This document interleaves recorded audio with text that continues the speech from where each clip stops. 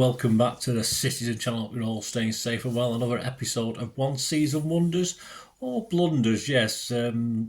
Hopefully most of them towards the wonder side of this, but everything in between, of course, as we look through this. Of course, this is a second one. I've already done one on Super Frankie Lampard, so please have a look at that if you've not watched it. It should be on the links on screen or in the comments below. So join me. Today we're going to have a look at Michael Tarnat. Yes, Michael Tarnat. Despite being at Bayern Munich for 6 seasons and played in the Champions League final, of course, seeing the trophy slip from his grasp against United, he was never really a regular at the Olympic Stadium. He played only 15 times in his last 2 seasons before leaving at the end of his contract.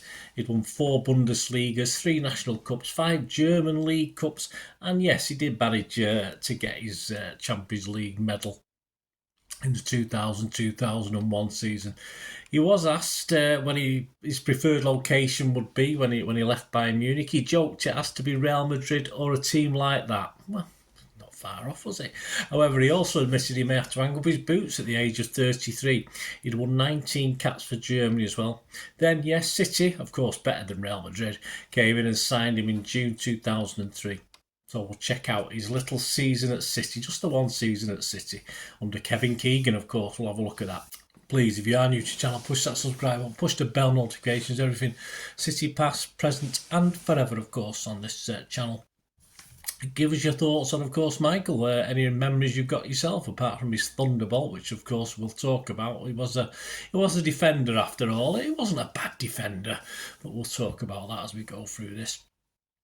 Please share your memories and I will answer or give you a like if that's all they need. And if you can give a like for Michael and me for this vlog, it'd be much appreciated. Press that button, that like button. On arrival, he signed a 1-year contract. He said, I'm looking forward to playing at City under Kevin Keegan. They have a great support and I'm especially excited about playing at City's new home. Of course, we've just moved to East London, City of Manchester Stadium, whatever we called it. For me, it was a dream come true to come and play in England, and now my dream is just beginning. Blues chairman John Wardle told the club's website, we are delighted to have signed Michael. He has an excellent record with Champions League experience and will do well for the club. Kevin was keen to sign this player and has some excellent qualities and experience in European football. Keegan said simply, he's a quality defender. You don't last 6 years at Bayern Munich's team unless you can play. With Stuart Pearce moving on, he was compared in style to him. He said, I didn't know that, he laughed, but it's a big compliment for me. I played against him in the World Cup semi-final in 1990 and people in Germany said Stuart Pearce was crazy. However, he's a legend in England and to be compared in any way to him is really nice for me.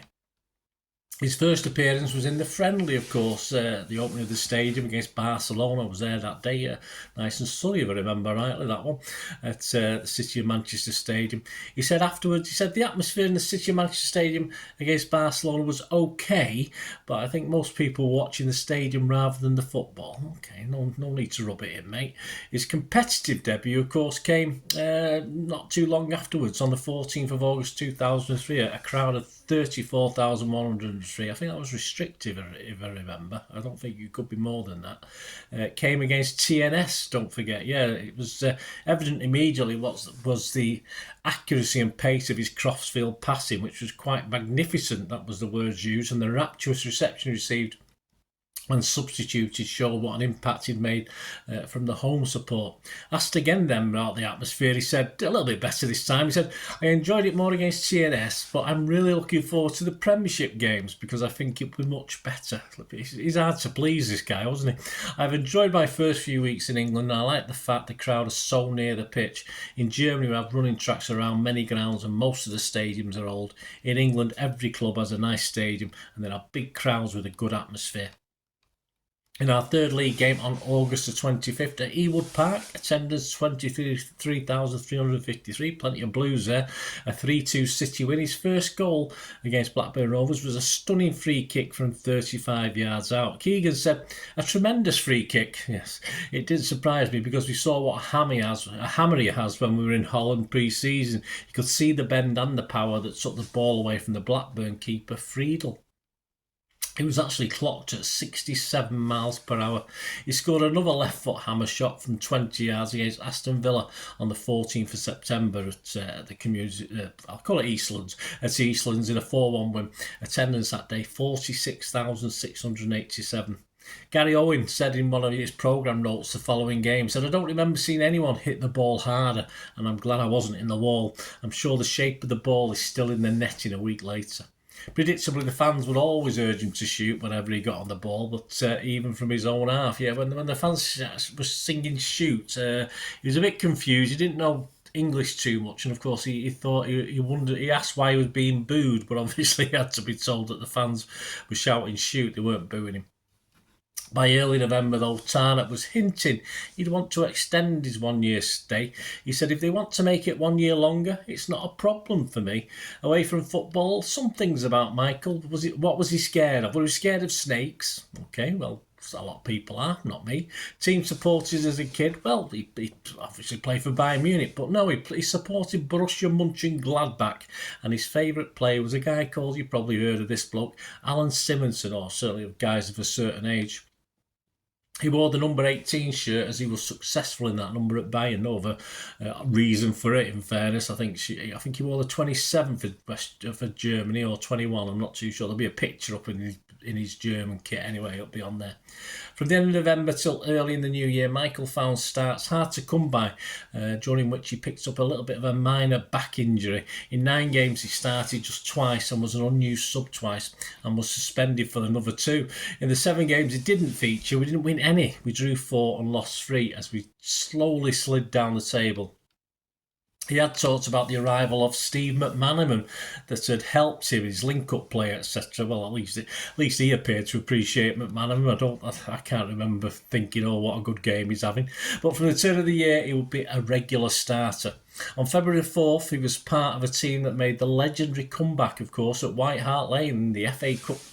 The 3-0 down, 4-3, of course, when Joy Barton got sent off at half-time with 10 men, so he was part of that team. On the 14th of February, he scored one of City's goals at Old Trafford, yes, in the 5th round of the FA Cup. After that was our reward for beating Tottenham. But it was a 4-2 loss, unfortunately. Attendance that day was 67,228. We were 3-0 down, looking like we're out, and then of course he scored with 12 minutes left, a left foot volley, and we sort of hoped we might get back into this, but it wasn't to be. But it was a great volley. It was like from the edge of the 6-yard box. So keeper, I think it was Howard at the time, who'd had a pretty stunning game, had no chance with it. It just wasn't to be. Please join me in part 2 of this little look at Michael Tarnat, as he declares that he wants to extend his contract if possible. He'd already hinted at it in the previous November, hadn't he? But despite rumours in Germany that his contract could also be at an end. So, of course, when Kevin Keegan was asked, he didn't refuse, but he just hedged it a little bit. But of course, Michael was keen. So join me in part 2, where we just see what happened. Of course, into the final few weeks, unfortunately, of his stay at Manchester City. Join me for that. Let me know any memories you got of Michael Tarnat, guys. It'd be great to hear from you. To meet again. That's one thing, don't I? Please stay safe, Blues. Come on, City. Bye for now.